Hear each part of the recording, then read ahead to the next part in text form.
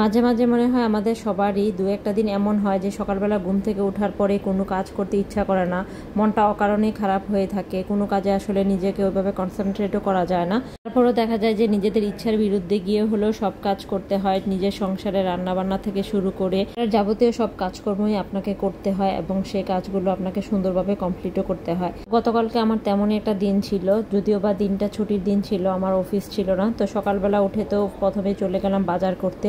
এক গাদা সবজির বাজার করতে এসে তারপর যখন হেল্পিং হ্যান্ডকে ফোন দিলাম, শুনলাম সেও আজকে আসতে পারবে না। কি আর করা যাবে, নিজে একা হাতে যতটুকু পেরেছি সব সবজিগুলো সুন্দরভাবে ফ্রোজেন করে দেন চলে গেলাম এক্সারসাইজ করতে। যেহেতু আমি সকালবেলা এক্সারসাইজ করি, আজকে যেহেতু যেতে পারি না, বললাম যে বিকেলের ক্লাসটাতে জয়েন করি। আর বিকেলের ক্লাসে ছিল ইয়োগা ক্লাস, গেলে এই জন্যই জিমে যাওয়া, কারণ 1 ঘন্টার একটা ইয়োগা ক্লাস করার পরে শরীরের সব টায়ার্ডনেস একদম এক নিমিষে দূর হয়ে যায়। থেকে আসতে আসতে প্রায় সন্ধ্যা হয়ে গেল। আর বাসায় এসে দেখি যে আমার ভাগিনা মানে আমার ননাসের ছেলে প্রায় 1 মাস পর বাসা থেকে এসেছে। আর বাসা থেকে আসার সময় আমার ননাস অনেক সুন্দর সুন্দর কিছু জিনিস পাঠিয়েছে, বেসিক্যালি আমার পছন্দের, যেমন এই রোস্টটা, ওর হাতের এই রোস্টটা আমার যে কোনো বিয়েবাড়ির রোস্টের থেকেও বেশি ভালো লাগে। সেই জন্য যখনই কেউ আসে তখনই আপু চেষ্টা করে যে এই রোস্টটা অ্যাটলিস্ট আমার জন্য পাঠানোর জন্য। তাছাড়া আরও পাঠিয়েছিল আপুদের গাছের একদম ন্যাচারাল পেয়ারা। এই পেয়ারাগুলো এত মিষ্টি ছিল, আমি সাথে সাথে একটা খেয়ে ফেলেছিলাম।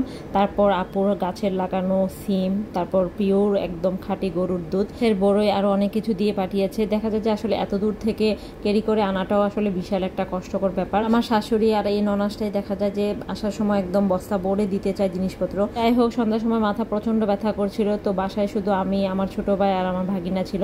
তো ভাবলাম যে আমরা 3 জনে মিলে 1 কাপ করে চা খাই। আর আমার বাসায় রং চা মানেই হচ্ছে হলো যে পুদিনা পাতা, তারপর সব ধরনের গরম মশলা অনেকক্ষণ ধরে পানিটা ফুটিয়ে দেন হচ্ছে চায়ের লিকারটা দেওয়া।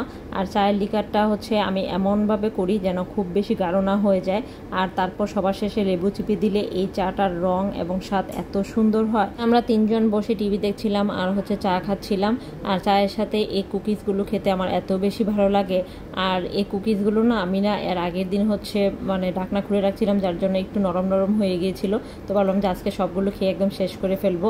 তারপর কিছুক্ষণ রেস্ট নিয়ে তো ভাবলাম যে যেহেতু আপু এত সুন্দর করে রোস্টটা বানিয়েছে, রোস্টটা তো ফ্রেশ ফ্রেশ খেতে হবে। তারপর আমি ভাবলাম যে একটু পোলাও করি। তারপর দেখলাম যে বাসায় অনেকখানি ভাত এমনিতে পড়েছিল। তারপর আমি ভাবলাম যে এখন যদি পোলাও রান্না করি তাহলে ভাতগুলো সম্পূর্ণ নষ্ট হবে। তারপর ডিসাইড করলাম যে না, একটু ফ্রাইড রাইসের মতো করে রান্না করি। বাসায় যেহেতু অনেক ধরনের ভেজিটেবলস ছিল একদম ফ্রেশ ফ্রেশ।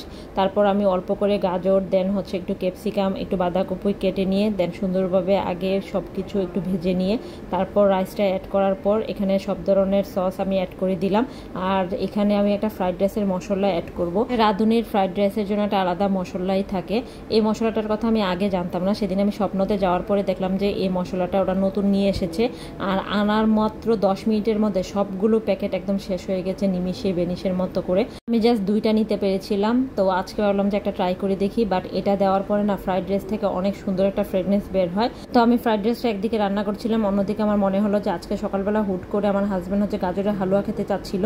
তো বেসিক্যালি আজকে না, 2-1 দিন ধরে গাজরের হালুয়া খেতে চাচ্ছিল। তো আমি বললাম যে আচ্ছা ঠিক আছে, আজকে একটু গাজরের হালুয়া করি। তো বাসায় একদম ফ্রেশ ফ্রেশ গাজর আনা ছিল। আমার হাজব্যান্ড মূলত আমার শাশুড়ি যেভাবে গাজরের হালুয়াটা করে ওই হালুয়াটা খেতে যাচ্ছিল এক্স্যাক্টলি। তো আমি তো ওইভাবে কখনো রান্না করি নাই। তো আমি ফোন দিয়ে হচ্ছে আমি গাজরের হালুয়ার রেসিপিটা জেনে নিলাম আমার ননাসের মেয়ে, আমার ভাগ্নির কাছ থেকে। এইদিকে আমার ফ্রাইড রাইস রান্নাটা অলমোস্ট কমপ্লিট। আমি গাজরটা জাস্ট সিদ্ধ বসিয়ে দিয়ে দেন এখন রোস্টটা সবার জন্য প্লেটে উঠিয়ে নিয়ে দেন হালকা একটু ওভেনে গরম করে নিব।